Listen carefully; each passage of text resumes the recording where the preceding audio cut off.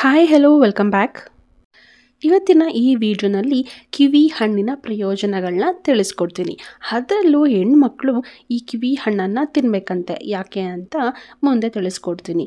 ಇದು ನನ್ನ channel Pavithra's Kannada vlog. ಯಾರೆಲ್ಲ ನನ್ನ ವಿಡಿಯೋನ ಫಸ್ಟ್ ಟೈಮ್ ನೋಡ್ತಾ ಇದ್ದೀರಾ, ಪ್ಲೀಸ್ ಒಂದು ಸಬ್ಸ್ಕ್ರೈಬ್ ಮಾಡಿಕೊಂಡು ನೋಡಿ.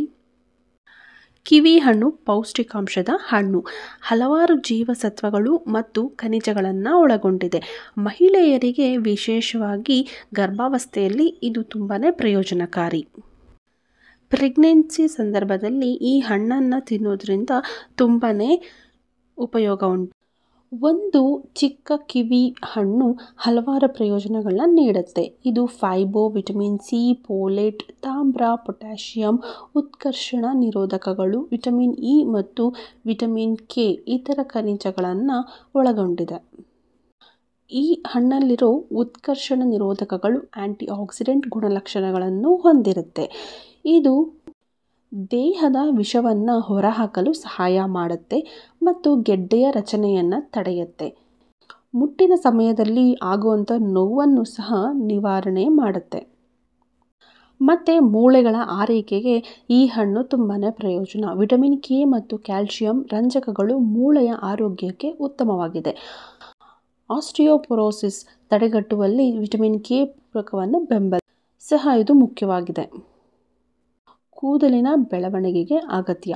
ಪೊಟ್ಯಾಷಿಯಂ, ಕ್ಯಾಲ್ಸಿಯಂ, ಫೋಲಿಕ್ ಆಮ್ಲ ಮತ್ತು ವಿಟಮಿನ್ ಇ ಖನಿಜಗಳನ್ನು ಒಳಗೊಂಡಿರೋದ್ರಿಂದ ಕೂದಲಿನ ಆರೈಕೆಗೆ, ಕೂದಲಿನ ಬೆಳವಣಿಗೆಗೆ ತುಂಬಾ ಸಹಾಯ ನೀಡುತ್ತೆ.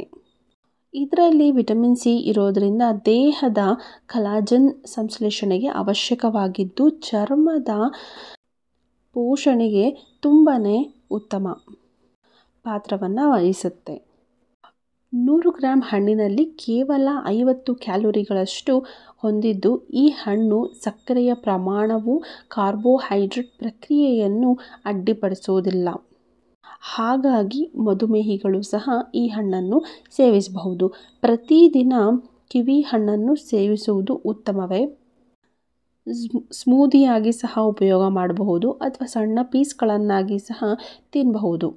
ದಿನಕ್ಕೆ 1 ಅಥವಾ 2 ಹಣ್ಣನ್ನು ತಿನ್ನಬಹುದಾಗಿದೆ. ವಿಟಮಿನ್ ಸಿ ಮತ್ತು ಉತ್ಕರ್ಷಣ ನಿರೋಧಕಗಳನ್ನು ಹೇರಳವಾಗಿ ಕಾಣಬಹುದು.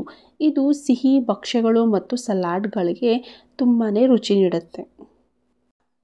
ಓವರಾಲ್ ಹೇಳೋದಾದರೆ, ಮಹಿಳೆಯರಿಗೆ ಗರ್ಭಾವಸ್ಥೆಯ ಸಂದರ್ಭದಲ್ಲಿ ಆಗಿರಬಹುದು ಅಥವಾ ಹೊಟ್ಟೆ ನೋವು, ಮುಟ್ಟಿನ ಸಮಸ್ಯೆ ದಿನಗಳಲ್ಲಿ ಆಗಿರಬಹುದು ಮತ್ತು ಮೂಳೆಗಳ ಆರೈಕೆ, ಕೂದಲಿನ ಆರೈಕೆಗೆ ತುಂಬಾ ಉತ್ತಮ.